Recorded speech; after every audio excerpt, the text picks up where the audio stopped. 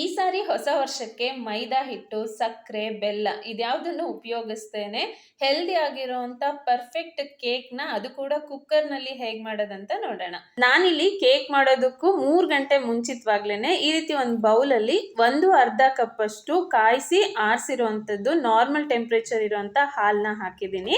ಅದರಲ್ಲಿ ಒಂದು 35 ಖರ್ಜೂರ ಅಂದ್ರೆ ಡೇಟ್ಸ್ನ ಬೀಜ ತೆಗೆದು ಹಾಕೊಂಡಿದ್ದೀನಿ.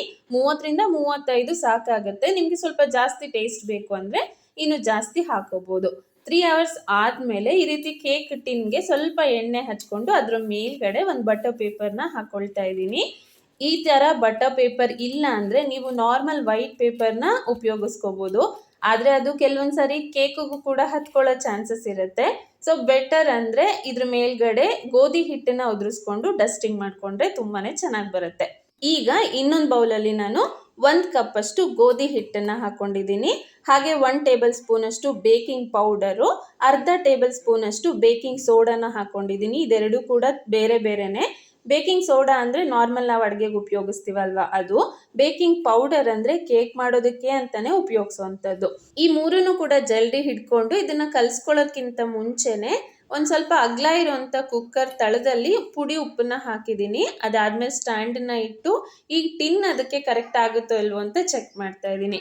ನೆಕ್ಸ್ಟ್ ಇದ್ರ ಮೇಲ್ಗಡೆ ಈ ರೀತಿ ಒಂದು ಲಿಡ್ನ ಕ್ಲೋಸ್ ಮಾಡಿ 15 ನಿಮಿಷದವರೆಗೂ ಸಣ್ಣ ಉರಿನಲ್ಲಿ ಪ್ರೀ ಹೀಟ್ ಮಾಡಬೇಕು. ಈ ರೀತಿ ಲಿಡ್ ಇಲ್ಲ ಅಂದ್ರೆ ಪಾತ್ರೆನಾದ್ರೂ ಮುಚ್ಚಬಹುದು. ಒಟ್ನಲ್ಲಿ ಇದ್ರಲ್ಲಿ ಒಳಗಿರುವಂತ ಬಿಸಿ ಗಾಳಿ ಹೊರಗಡೆ ಬರಬಾರ್ದು ಅಷ್ಟೇನೆ. ಹಾಗೆ ನಾನು ಇಲ್ಲಿ ಡೈರಿ ಮಿಲ್ಕ್ ಚಾಕ್ಲೇಟ್ನ ಈ ರೀತಿ ಚಿಕ್ಕ ಚಿಕ್ಕದಾಗಿ ಕಟ್ ಮಾಡ್ಕೊಳ್ತಾ ಇದ್ದೀನಿ. ಇದ್ರ ಬದಲು ಚಾಕೋ ಚಿಪ್ಸ್ನ ಆ್ಯಡ್ ಮಾಡ್ಬೋದು ಅಥವಾ ಡಾರ್ಕ್ ಚಾಕ್ಲೇಟ್ಸ್ ಯಾವುದಿದ್ರೂ ಕೂಡ ಅದನ್ನು ಮಿಕ್ಸ್ ಮಾಡ್ಕೋಬೋದು. ಇಲ್ಲಾಂದ್ರೆ ಇದನ್ನ ಸ್ಕಿಪ್ ಕೂಡ ಮಾಡ್ಕೋಬೋದು. ಈಗ 3 ಗಂಟೆ ಮುಂಚಿತವಾಗ್ಲೇ ನಾವು ಖರ್ಜೂರನ ಅಂದ್ರೆ ಡೇಟ್ಸ್ನ ನೆನೆಸಿಟ್ಟಿದ್ವಲ್ಲ, ನೋಡಿ ಎಷ್ಟು ಸಾಫ್ಟ್ ಆಗಿದೆ. ಇದನ್ನ ಒಂದು ಮಿಕ್ಸಿ ಜಾರಿಗೆ ಹಾಕೊಂಡು ಚೆನ್ನಾಗಿ ಪೇಸ್ಟ್ ಮಾಡ್ಕೋಬೇಕು. ಆದ್ರೆ ಇದನ್ನ ಹೈ ಸ್ಪೀಡಲ್ಲಿ ಗ್ರೈಂಡ್ ಮಾಡ್ಕೋಬಾರ್ದು. ಲೋ ಸ್ಪೀಡಲ್ಲೇನೆ ಈ ರೀತಿ ಸ್ಮೂತ್ ಆಗಿ ಪೇಸ್ಟ್ ಮಾಡ್ಕೋಬೇಕು. ನೆಕ್ಸ್ಟ್ ಇದಕ್ಕೆ ಅರ್ಧ ಕಪ್ ಅಷ್ಟು ನಾರ್ಮಲ್ ಅಡುಗೆ ಉಪಯೋಗಿಸುವಂತ ಸನ್ಫ್ಲವರ್ ಎಣ್ಣೆನ ಹಾಕಿದ್ದೀನಿ. ಇಲ್ಲಿ ಸಾಸಿವೆ ಎಣ್ಣೆ, ಕೊಬ್ಬರಿ ಎಣ್ಣೆ ಈ ರೀತಿ ಸ್ಮೆಲ್ ಇರುವಂಥದ್ದನ್ನ ಉಪಯೋಗಿಸ್ಬಾರ್ದು. ಎಣ್ಣೆ ಹಾಕಿದ್ಮೇಲೆ ಮತ್ತೆ ಇದನ್ನ ಒಂದು 3-4 ಸುತ್ತು ಲೋ ಸ್ಪೀಡಲ್ಲೇನೆ ಗ್ರೈಂಡ್ ಮಾಡ್ಕೊಂಡ್ರೆ ಈ ರೀತಿ ಆಗತ್ತೆ. ಅದಾದ್ಮೇಲೆ ನಾವು ಡ್ರೈ ಇಂಗ್ರೀಡಿಯೆಂಟ್ಸ್ ಅನ್ನ ಸೋಸಿ ಇಟ್ಕೊಂಡಿದ್ವಲ್ಲ, ಅದರಲ್ಲಿ ಇದನ್ನ ಹಾಕಿ ಒಂದೇ ಡೈರೆಕ್ಷನ್ ಅಲ್ಲಿ ಚೆನ್ನಾಗಿ ಮಿಕ್ಸ್ ಮಾಡಬೇಕು.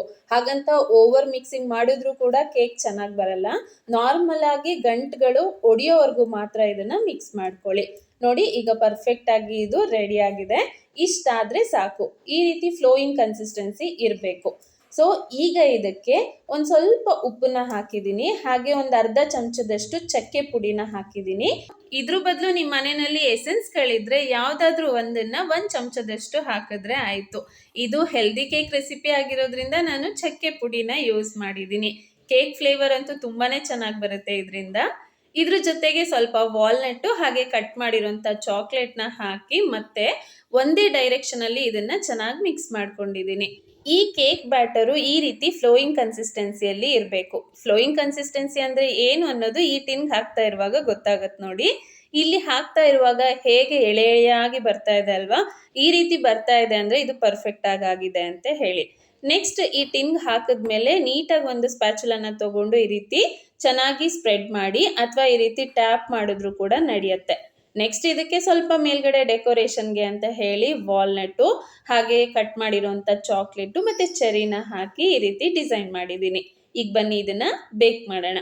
ಇದೆಲ್ಲ ಪ್ರೋಸೆಸ್ನ ಮಾಡೋ ಅಷ್ಟರಲ್ಲೇನೆ ಈ ಕುಕ್ಕರು ಚೆನ್ನಾಗಿ ಪ್ರೀ ಹೀಟ್ ಆಗಿದೆ. ಒಂದು 15 ನಿಮಿಷ ತಗೊಳುತ್ತೆ ಈ ಪ್ರೋಸೆಸ್ಗೆ. ಇನ್ನು ನೆಕ್ಸ್ಟ್ ಈ ಕೇಕ್ ಟಿನ್ನ ಈ ಕುಕ್ಕರಲ್ಲಿ ಇಡುವಾಗ ತುಂಬಾನೇ ಹುಷಾರಾಗಿ ಇಡಬೇಕು, ಯಾಕಂದ್ರೆ ಚೆನ್ನಾಗಿ ಕಾದಿರುತ್ತೆ.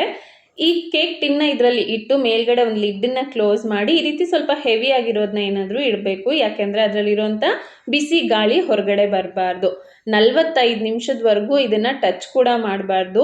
ಲೋ ಟು ಮೀಡಿಯಂ ಫ್ಲೇಮಲ್ಲಿ ಇಟ್ಟು ಹೀಗೆ ಬಿಟ್ಬಿಡ್ಬೇಕು. 45 ನಿಮಿಷ ಆದಮೇಲೆ ಈ ರೀತಿ ಒಂದು ಚಾಕು ಅಥವಾ ಒಂದು ಕಡ್ಡಿನ ತಗೊಂಡು ಜಸ್ಟ್ ಈ ರೀತಿ ಚುಚ್ಚಿ ನೋಡಿದ್ರೆ ಹಿಟ್ಟು ಇದಕ್ಕೆ ಹತ್ಕೋಬಾರ್ದು.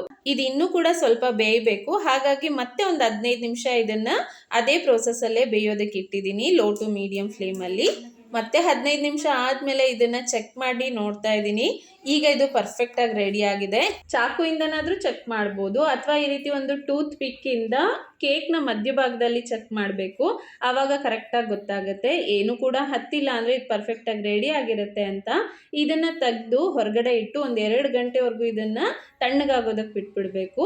2 ಗಂಟೆ ಆದಮೇಲೆ ಈ ರೀತಿ ಸೈಡ್ಸಲ್ಲಿ ಇದನ್ನು ಸ್ವಲ್ಪ ಲೂಸ್ ಮಾಡಿಕೊಂಡು ಮೇಲ್ಗಡೆ ಒಂದು ಪ್ಲೇಟ್ನ ಮುಚ್ಚಿ ಈ ರೀತಿ ಉಲ್ಟಾ ಮಾಡಿ ಸ್ವಲ್ಪ ಟ್ಯಾಪ್ ಮಾಡಿದ್ರೆ ಈಸಿಯಾಗಿ ಕೇಕು ಹೊರಗಡೆ ಬಂದ್ಬಿಡುತ್ತೆ. ಸೊ ಎಷ್ಟು ಪರ್ಫೆಕ್ಟಾಗಿ ಬಂದಿದೆ ನೋಡಿ.